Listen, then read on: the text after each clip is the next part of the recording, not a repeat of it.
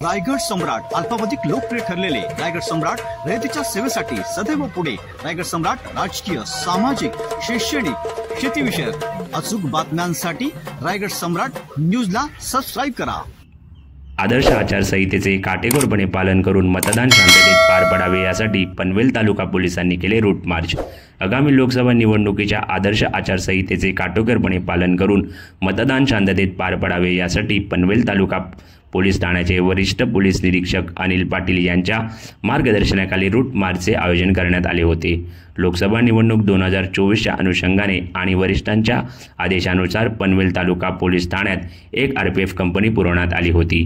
RPF कंपनीमध्ये 2 अधिकारी, 30 अंमलदार यांचा समावेश होता।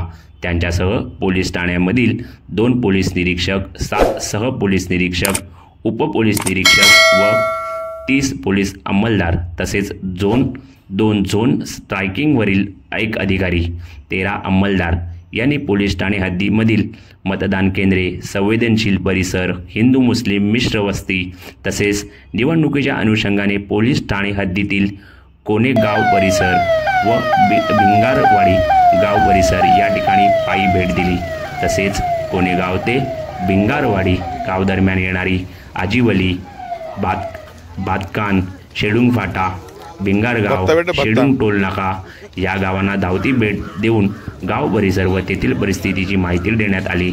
रायगड सम्राटसाठी प्रतिनिधी संजय कदम।